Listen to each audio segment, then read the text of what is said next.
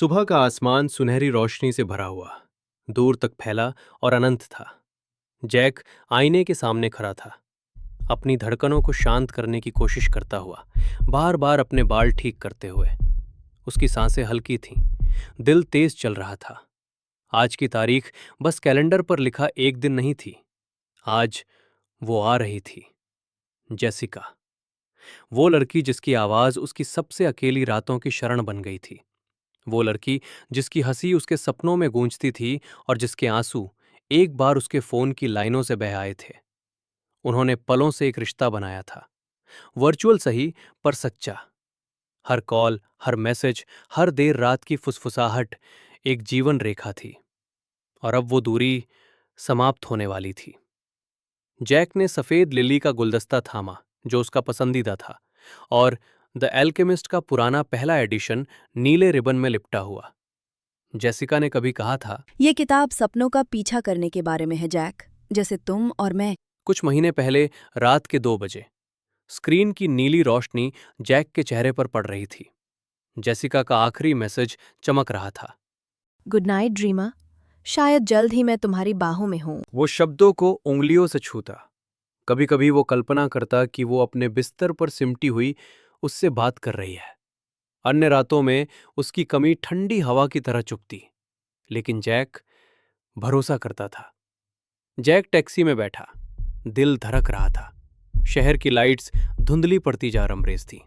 Airport के आगमन द्वार पर वो भीड़ में उसे ढूंढ रहा था, और फिर वो दिखी, जेसिका। सुबह की रोशनी में नहाई हुई, उसके बाल रेशमी और सुनहरी हवा में उड़ते हुए, नीली आंखें आश्चर्य से भरी, हल्की लेवेंडर ड्रेस जो हवा के साथ नाच रही थी। उसकी मुस्कान जैसी जैक ने कल्पना की थी, पर उससे भी ज्यादा जिंदा। लेकिन उसके पास कोई और था, लंबा, आत्मविश्वासी, सहज मुस्कान वाला। जैक! जेसिका ने उसे गले लगाया, वही लेवेंडर और वनीला की खुशबू।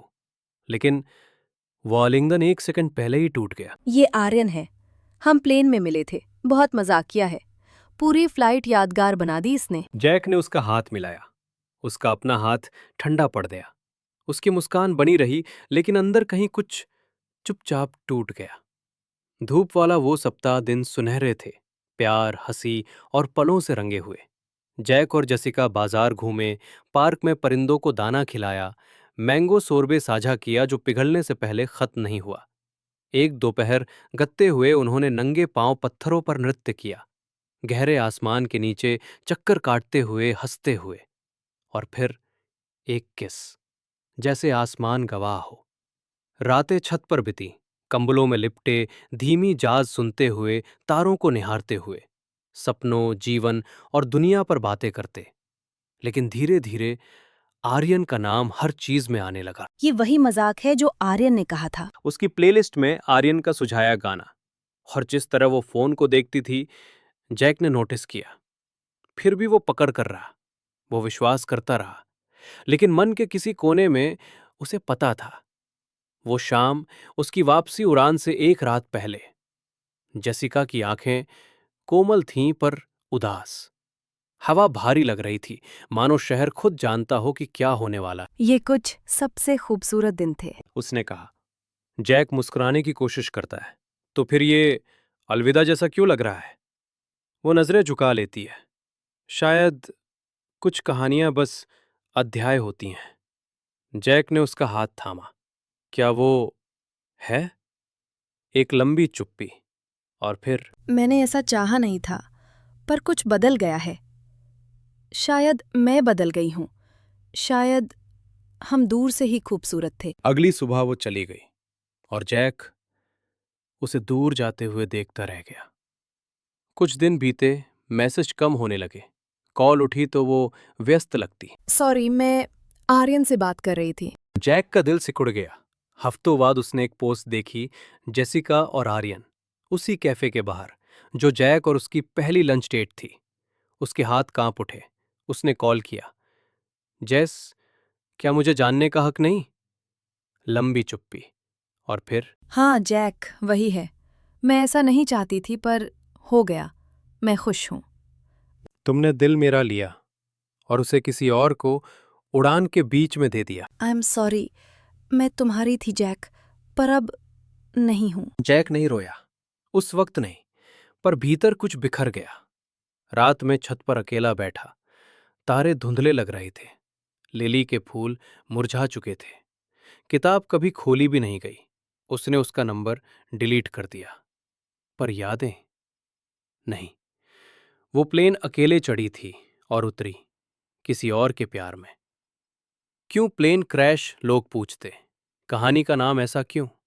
जैक कहता, प्लेन हवा में नहीं टूटा, ये तो तब क्रैश हुआ जब वो लैंड हुआ।